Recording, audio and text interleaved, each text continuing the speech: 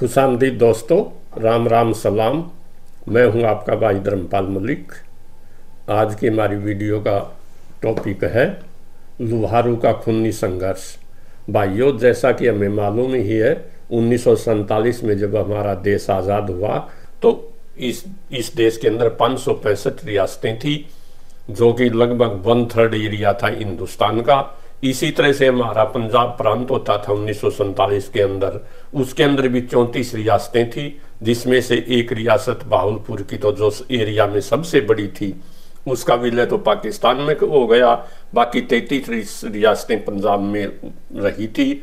और हमारा जो आज का हरियाणा है, ये उसमें अम्बाला डिवीजन होता था, जिसके अंदर 6 जिले थे, जिसके अंदर जो रोहतक, हिसार, गुड़गांवा, करनाल, अम्बाला और छठा जिला था शिमला, जो आजकल हिमाचल प्रदेश की राजधानी है। तो हमारे हरियाणा के अंदर भी कई रियासतें थी। जैसे सबसे बड़ी रियासत थी जींद की रियासत, लुहारू रियासत, पटौदी रियासत और जो वो दुजाना की रियासत। इस तरह से कई रियासतें थी हरियाणा। कुछ नवाब भी थे, जैसे कुंजपरा का नवाब और जो लियाकत अली खान करनाल का नवाब था। वास्तव में ये जागीरदार थे। तो आज हम इन नवाबों के साथ या राजाओं के साथ किसानों का संघर्ष चलता रहता था। जैसे 1854 के अंदर लजवाना के किसानों ने जींद रियासत में जींद के राजा स्वरूप सिंह के खिलाफ वो विद्रोह कर दिया और 6 महीने तक लड़ाई चली। बुरा और नंगाया जो दलाल गोद के जाट थे, वो दोनों नंबरदार थे लजवाना कला गांव के, और वो उस संघर्ष के नेता थे। इसी तरह जींद रियासत के अंदर 1864 के अंदर सांगवान जाटों ने, जो कि दादरी के पास जींद के खाप है, उन्होंने जींद के राजा रघुबीर सिंह के खिलाफ भी, रेवेन्यू के खिलाफ ही वो भी विद्रोह था, वो किया था। और राजा ने गांव चरखी के ऊपर और गांव मानकवास के ऊपर 14 मई 1864 को तोपों से गोले दागे और गांव को आग लगाई। 16 मई 1864 को वो गांव झोजू कलां के ऊपर तोपों से गोले दागे और आग लगाई। चरखी दादरी वाला हीरानंद जाट सांगवान, वो इस लड़ाई में शहीद हुआ था। लेकिन चरखी के लोगों ने वो जींद की राजा का सेनापति जो चंदा सिंह रायपुरिया था, उसका भी कत्ल कर दिया था। तो इसी तरह से लुहारू रियासत के अंदर भी बहुत ज़्यादा ज्यादती की जाती थी किसानों के खिलाफ, और नए नए बहाने बना करके टैक्स लगाए जाते थे। और लुहारू रियासत के किसान भी बड़े दुखी थे। उन्होंने भी नवाब के खिलाफ वो समय समय पर विद्रोह करते रहते थे। और इसी तरह का एक विद्रोह 1935 के अंदर किया था। और उस विद्रोह को दबाने के लिए नवाब की सेना ने और अंग्रेज सेना ने गोरखा रेजिमेंट मंगा ली थी अंग्रेजों से। उन्होंने किसानों के ऊपर लुहारू रियासत के किसानों थे, उनके ऊपर गांव सिंघानी के अंदर 8 अगस्त 1935 को गोलियां दागी थी, और जिसके अंदर अनेक लोग घायल हो गए थे और 22 लोग शहीद हो गए थे। इसको सिंघानी कांड भी कहते हैं, लुहारू का खूनी संघर्ष भी कहते हैं। आज हम आपको उसी घटना के बारे में बताएंगे। जैसा कि हमें पता है, लुहारू रियासत वो अंग्रेजों ने बनाई थी, 1803 में बनाई थी। इसका पहला नवाब अहमद बख्श खान था, वो अंग्रेजों का पिट्ठू था। उसने अंग्रेजों के और अलवर के राजा बख्तावर सिंह के बीच में एक समझौता करवाया था। इसके अतिरिक्त तो 1804 के अंदर जब अंग्रेजों ने भरतपुर रियासत के ऊपर भरतपुर के ऊपर अटैक किया, तो उसमें अहमद बख्श खान भी अपनी सेना के साथ अंग्रेजों की मदद के लिए शामिल था। और उन्होंने खुश होकर अहमद बख्श को 5 परगने तो मेवात के दे दिए, जिसके अंदर जैसे फिरोजपुर, झीरका, पुनाना, नगीना और छितूर, शंकर आदि थे। और छठा परगना लुहारू का वो अलवर के राजा बख्तावर सिंह ने अहमद बख्श खान को वो इनाम में दे दिया। 1835 के अंदर शमसुद्दीन अहमद बख्श खान का बेटा था, उसको फांसी दे दी गई, क्योंकि उसके एक अंग्रेज रेजिडेंट विलियम फ्रेजर का कत्ल कर दिया गया था, और वो शमसुद्दीन ने करवाया था। इसलिए मेवात का इलाका तो फोरफिट कर लिया गया, लेकिन लुहारू का परगना वो फिर भी नवाब के पास रहे। लोगों ने राजा उल जलूल टैक्स लगाता रहता था। उसने 1909 के अंदर एक सेटलमेंट की थी रेवेन्यू तय किया था वो 73,000 रुपये सालाना था। और उसके अंदर ये भी व्यवस्था थी कि यही व्यवस्था 1935 तक चलेगी, लेकिन 1919 में दोबारा सेटलमेंट कर दी नवाब ने। 1921-22 के अंदर जो उन टैक्सों को लागू करना शुरू कर दिया, और उसके अंदर अनेक टैक्स ऐसे थे जो सहन करने योग्य नहीं थे, जैसे ऊँटों के ऊपर टैक्स लगा दिया, विधवा विवाह के ऊपर टैक्स लगा दिया, जो खानदानी जमीन अकबर के समय से चली आ रही थी उसके ऊपर भी राजा ने यह कर दिया कि इसका असली मालिक राजा होगा, जमीन से 1.5 फुट नीचे जो भी चूना वगैरह या पत्थर निकलेगा उसका मालिक राजा होगा। जोनी ऊँटों के ऊपर टैक्स लगा दिया, और जोनी बैलों के ऊपर टैक्स लगा दिया, बाट सपाई टैक्स लगा दिया, पेड़ पौधों को कटवा दिया। मतलब ऐसे ऐसे टैक्स लगा दिए जिनकी कल्पना भी नहीं की जा सकती थी। इसलिए लोगों ने विद्रोह किया, और ये 1923 के अंदर भी कर दिया था, जिसको मुक्ति आंदोलन कहते हैं। इसके अंदर गागड़वास के चौधरी जोनी गागड़वास के चौधरी और फरटिया केर का चौधरी था एक जी राम सोरेन, उन्होंने विद्रोह भी किया था, वो इसके नेता थे। और जोनी उनको जोनी रियासत उनकी सिक्योरिटी फॉरफिट कर ली गई थी और रियासत से बेदखल कर दिया गया था। 1877 में के अंदर भी सोरेन जाटों ने, जो 52 सोरेन हैं, 52 गांव हैं, जिनके 52 गांव लुवारू रियासत में थे, 25 गांव जो ने उनके जींद रियासत में थे बाडडा के पास के, इसलिए 52-25 सी कहते हैं। और 7 गांव नारनौंद के पास भी हैं, जिससे जैसे राखी, गामड़ा, अबतपुर, जोनी मिलकपुर, कोथ और 2 खेड़ी। तो इस तरह से 84 गांव जो नहीं, ये सांगवानों की सांगवान खाप हरियाणा के अंदर एक बड़ी प्रसिद्ध खाप है। और इसके बारे में जो नहीं CB सिंह सोरेन जी ने अपनी किताब में सोरेन बावनी लोहारू का इतिहास लिखा, जो काफ़ी अच्छा है।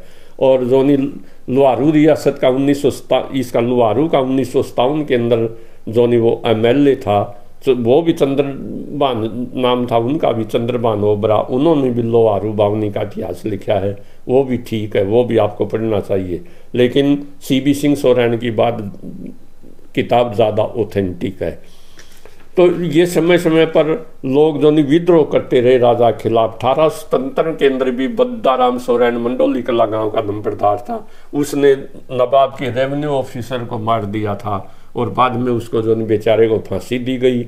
उसके बेटे सदाराम को भी गिरफ्तार कर लिया गया। बद्दाराम को तो 1877 के अंदर फांसी दी गई, और 1878 में उसके बेटे को जो नहीं लुवारू जेल के अंदर जहर दे दिया गया, और वो भी शहीद हो गया। तो ये क्रांतिकारी इलाका है।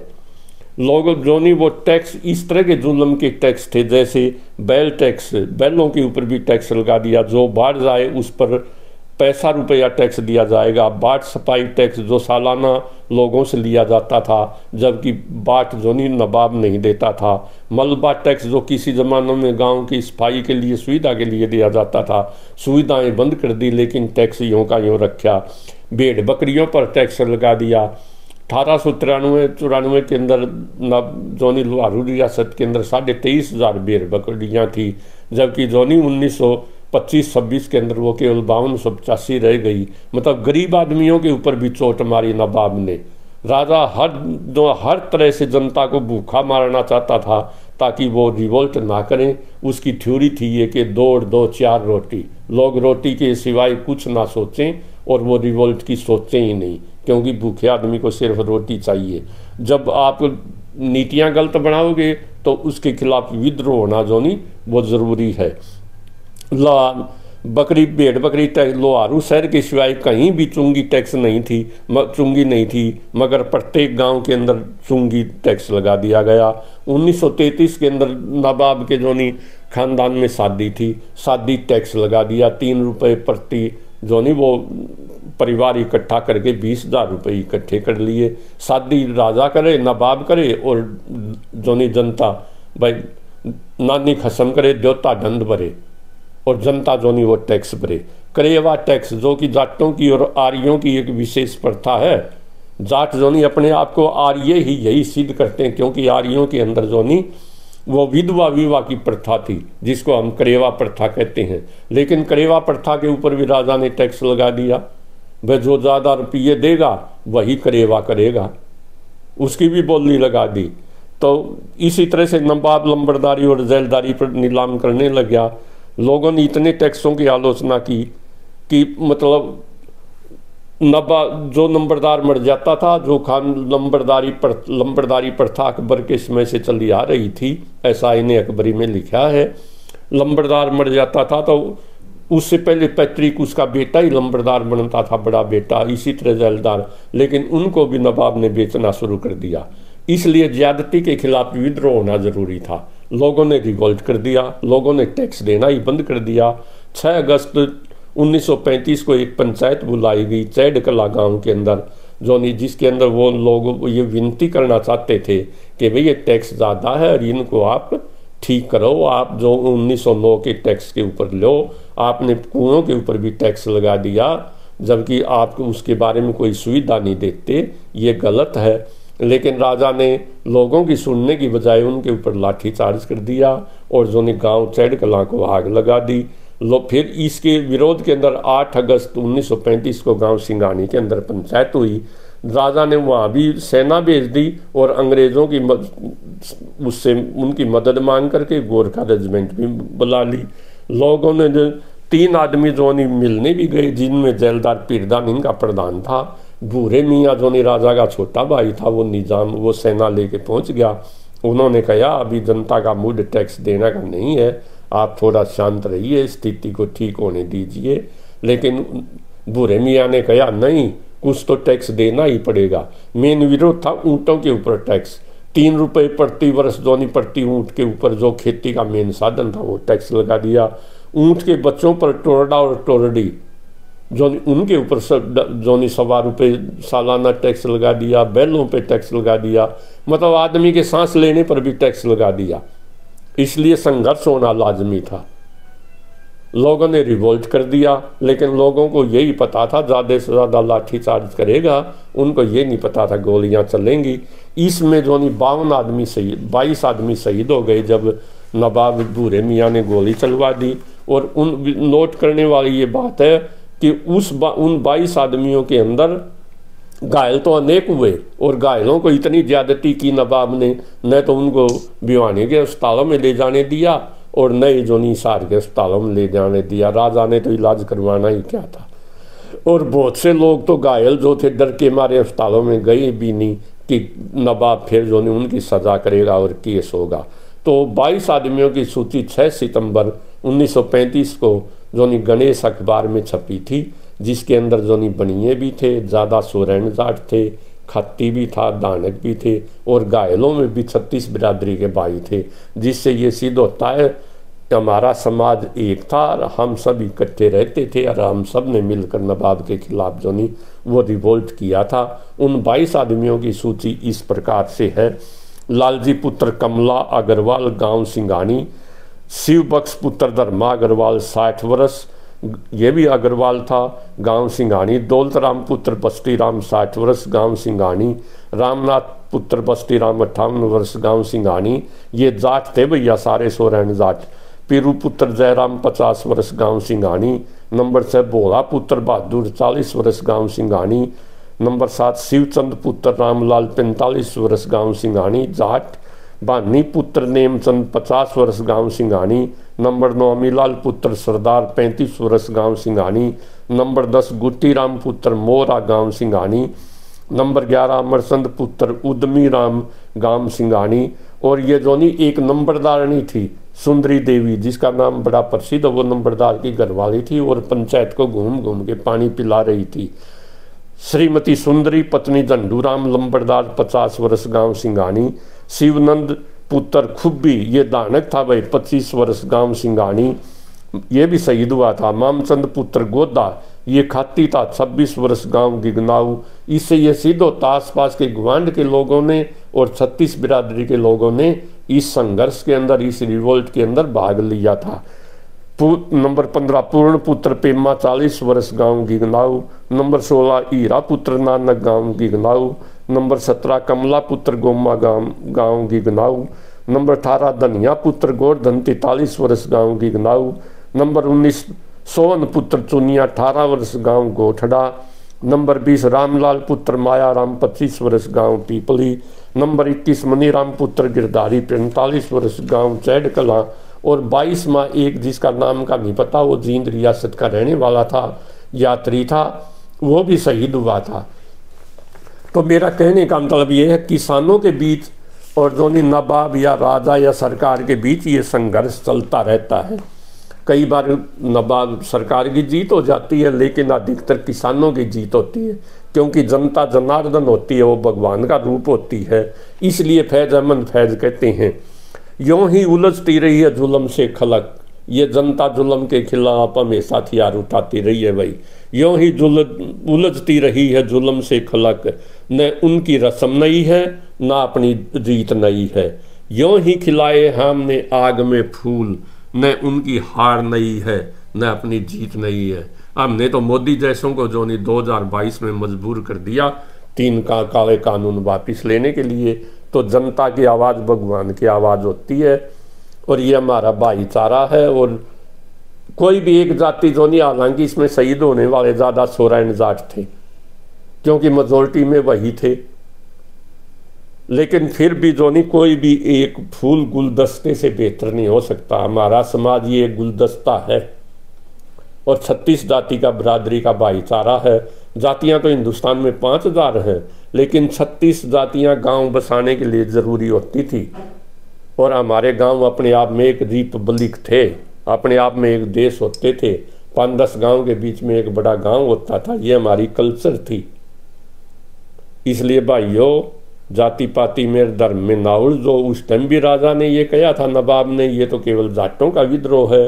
वो नवाब जो नहीं वो मुसलमान था, उसने ये भी कहा था ये हिंदुओं का विद्रोह है। ये धर्म और जाति 2 पूंजीपतियों के ऐसे हथियार हैं। कभी किसानों को जो नहीं वो ये कहा जाता है जातिस्तान कह दिया जाता है, कभी सरदार विद्रोह करते हैं तो खालिस्तान नहीं कहा जाता है। वास्तव में ये समाज एक है। जब तक ज्यादतियाँ होंगी जब तक विद्रोह होता रहेगा। इसलिए तो फैज अहमद फैज कहते हैं, अगर हक और इंसाफ की बाजी है, जो चाहे लगा दो डर कैसा। भाई डरने की जरूरत नहीं, चाहे जेल हो चाहे फांसी हो। अगर हक और इंसाफ की बाजी है, जो चाहो लगा दो डर कैसा। जब जीत गए तो क्या कहना, हारे भी तो बाजी मार ली। तो इसी तरह से ये सोरायण जोनी खाप ने लुहारो नवाब के खिलाफ बहुत बड़ा विद्रोह किया और लगातार संघर्ष किया है, तब जाके ये आज़ादी मिली है। और फिर भी राजा ने 6 महीने लेट कर दी। इन लोगों को 23 फरवरी 1948 को आज़ादी मिली।